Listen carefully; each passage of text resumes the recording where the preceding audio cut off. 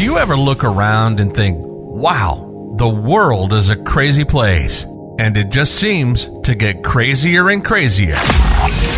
Ease your mind and take a break. This is Fuel for the Soul with John Giftah. We're a hub for inspirational Christian sermons, practical keys for Christian living, and Christian discussions and interviews. You'll be inspired to live the life that you were created for. Your host is a top-ranking podcaster, best-selling author, world record holder, aerospace engineer, life coach, evangelist, and founder of John Giftah International. Welcome to Fuel for the Soul with John Giftah.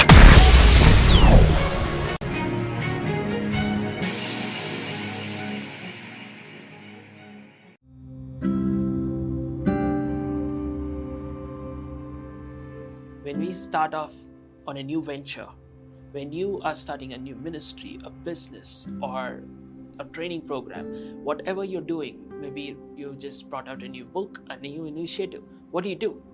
You immediately rush to people in your contacts. You rush to people on your phone, you rush to people on your Facebook list and see, oh, somebody can support me.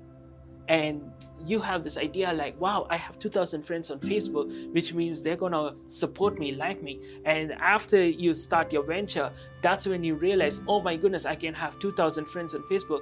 And it may be hard to find even two people who would actually stand by you and be supportive to you. Right? I want you to understand something very important here. This is an important word because a lot of people are so disappointed. They come out starting with that full fire and that passion and expecting that these people will support them, their family members will stand by them. They expected those people in their contacts to be the ones who will unlock new doors and of opportunity for them. That they thought that, wow, I'm part of this community. I think that community might help me. I am part of this influential group, which means I may have some influence coming along my side. I know this renowned person. I think they're going to speak up for me. We start off with that expectation on people, and then very quickly everything goes down the drain because we realize none of them are actually helping. Are you in a place like that? Are you in a place you're saying, John, I invested in these people. John, I supported these people. John, I was always there for them. I was always supporting and cheering them on. But today, when I'm standing on my own venture, when I'm starting my own ministry, when I am doing this initiative on my own, I don't have people to support. I don't have help coming to me on my end.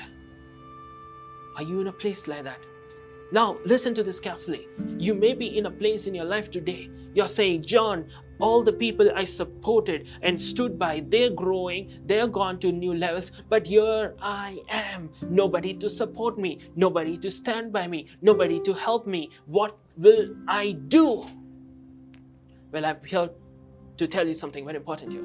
When you look at Joseph in the Bible, ever since he was young, he was always a person who went the extra mile. He was faithful in the little. He was committed to every assignment given to him. Even when he was in Potiphar's house, that was not where he wanted to be. That was not where he was liking or enjoying being. But he was a slave in Potiphar's house. It just happened. But even in Potiphar's house, he went the extra mile. He had a spirit of excellence. Potiphar could see the hand of God upon Joseph's life, and could see the blessing that was coming because of Joseph, that he made Joseph in charge of the entire house.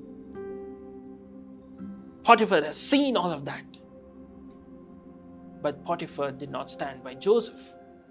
Potiphar eventually stopped supporting Joseph.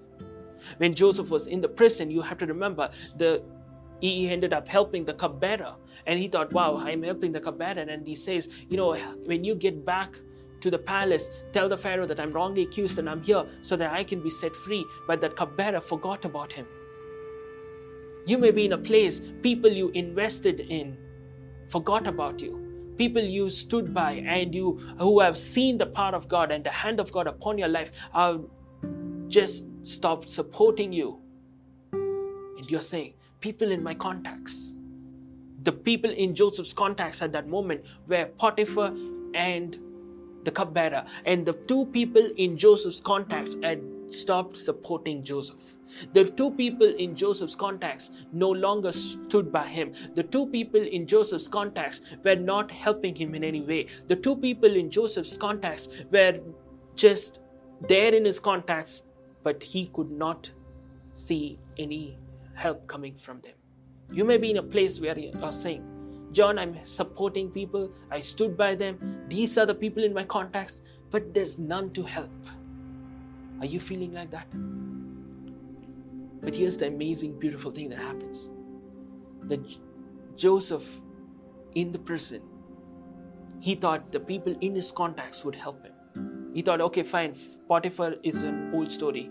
He's not going to help me. But at least the cupbearer here, God has brought a new contact. He's going to help me. He speaks to the cupbearer and says, remember me when you get out. And that cupbearer also forgets him. And you may say, John, I don't know why people are forgetting me. People in my contacts are not standing by me. They're not supporting me.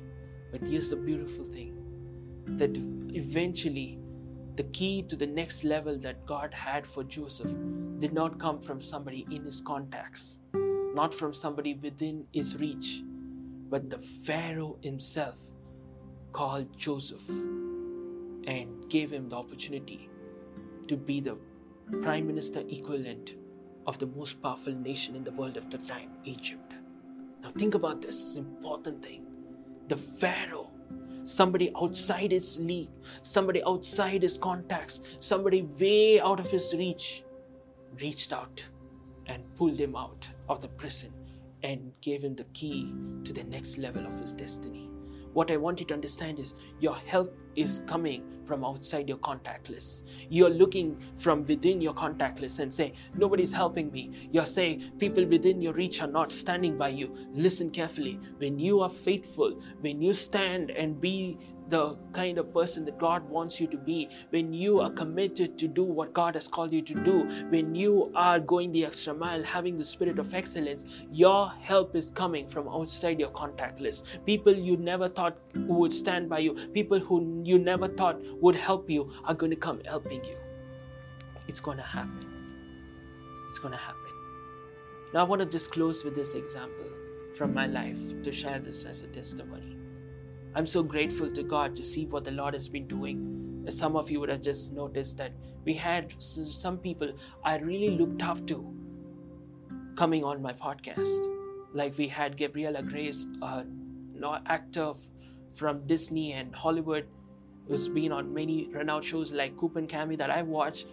I was amazed, and I'm still amazed and grateful to God for that wow moment. Or Based of Mark Angel Comedy. I've been watching Mark Angel Comedy for many years. To host him and to be connected with him, I was wow. But both of them I would consider as people outside my contact list that God brought into my life. Like they were like the pharaohs who are outside my contact list that God brought into my life. Because people I looked up to, people within my reach, many people within this country, they looked down on me. They despised me. They said all sorts of negative things about me. You could see from their tone, their behavior, their action, they looked down on me and ridiculed and mocked me, took advantage of me and just wanted to get some personal benefit through me, but never really cared about me as an individual. And when I noticed what was happening, I just realized, I was looking up to people. I invested in them so much. I supported them, but I was feeling like, oh my gosh, why can't they support me? Why can't they stand by me?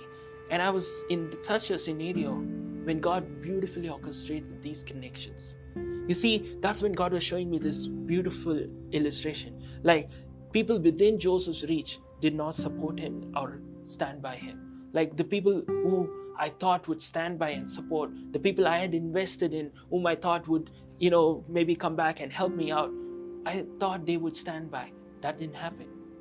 But the same way, help came to Joseph from outside his contact list, when he got connections from outside his liege or reach. The same way God brought connections beyond what I could imagine. People I never even dreamt that I would be connected to, God brought. That's what God can do in your life. If He did it for me, if He did it for Joseph, He's going to do it for you. Big connections are coming. Divine connections are coming. Connections you never thought possible are coming. Those connections will make the difference in and through your life. You've been listening to Fuel for the Soul with John Giftah. We hope you were blessed and inspired to live the life that God has for you. Make sure to subscribe to the John Giftah YouTube channel for regular uploads of sermons, skits, interviews, and more. Follow John Giftah on Instagram for regular inspirational posts. And don't forget to check out the best-selling books written by John Giftah, Who Am I?, which will help you understand your identity, and the latest #1 bestseller, Unveil Your Purpose, helping you discover your purpose and to start walking in it. Make sure to leave a rating and review, and be sure to share it with your friends and loved ones. If you'd like to donate, you can find the PayPal link in the description. And if you'd like to invite John Giftah to speak at your event or to get more details, go to the website at www.johngiftah.com. See you on the next episode of The Fuel for the Soul with John Giftah. God bless you.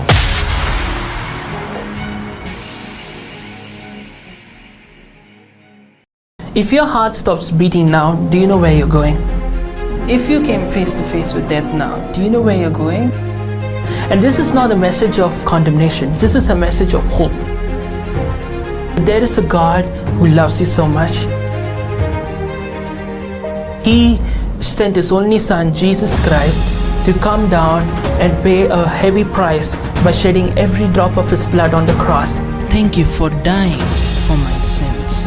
When you believe in Him, you have free gift of salvation for you that assures us that we will go to heaven when we die instead of suffering in hell forever.